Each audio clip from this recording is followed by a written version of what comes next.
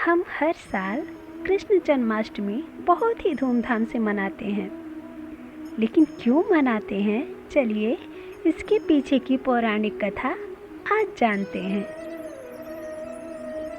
भगवान श्री कृष्णा ने द्वापर युग में धरती पर जन्म लिया था। इन्हें भगवान विष्णु का अवतार माना जाता है। धरती पर इनका अवतार लेने का मुख्य उद्देश्य धरती को राक्षसों के अत्याचार से मुक्त कराना था।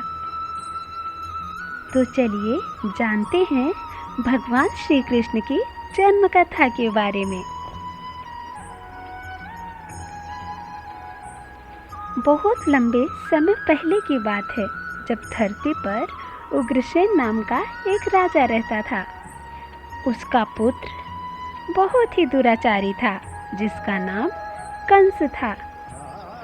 वह राक्षसों के साथ मिलकर लोगों पर बहुत ही ज़्यादा अत्याचार करता था। उस समय धरती उसके दुष्कर्मों से परेशान होकर सहायता मांगने के लिए भगवान ब्रह्मा के पास गई। भगवान ब्रह्मा पृथ्वी माँ की प्रार्थना सुनते हैं और भगवान विष्णु से उनकी मदद करने के लिए विनती करते हैं। भगवान विष्णु उनके सामने प्रकट होकर बोलते हैं कि हे पृथ्वी, अब आपको डरने की आवश्यकता नहीं है, क्योंकि धरती पर बहुत जल्दी केशवों की दो लटे कृष्ण और उनके बड़े भाई बलराम के रूप में जन्म लेने वाले हैं, जो इन दुष्ट राजाओं का नाश करके पृथ्वी को इन पापियों से मुक्त कराएंगी। कंस मथुरा नगरी का एक दुष्ट राजा था।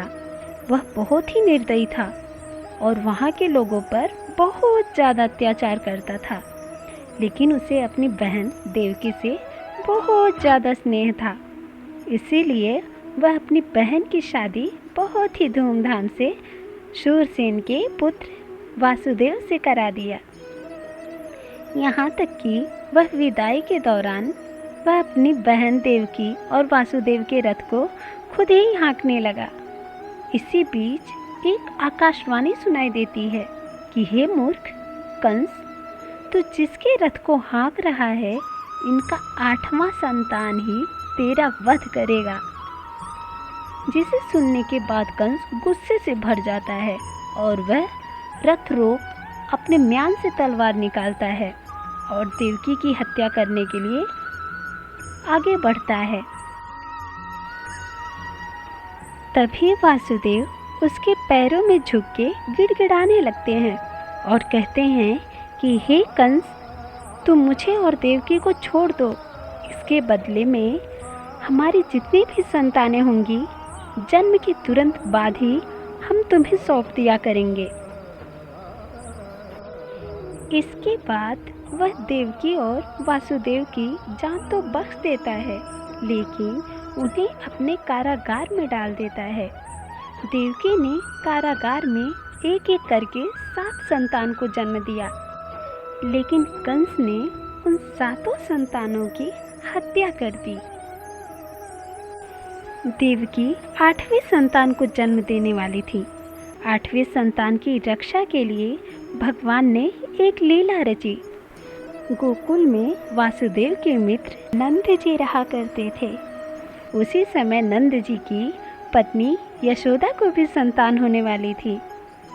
जिस रात देवकी 8वीं संतान को जन्म देने वाली थी, उसी समय वासुदेव और देवकी के सपने में स्वयं भगवान विष्णु प्रकट होते हैं और उन्हें कहते हैं, गोकुल में तुम्हारे मित्र नंद की पत्नी यशोदा के गर्भ से एक कन्या जन्म लेने वाली है, जो कि एक माया है।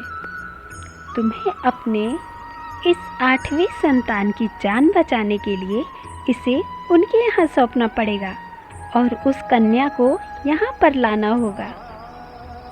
यहाँ का वातावरण अनुकूल नहीं है, फिर भी तुम्हें चिंता नहीं करना है।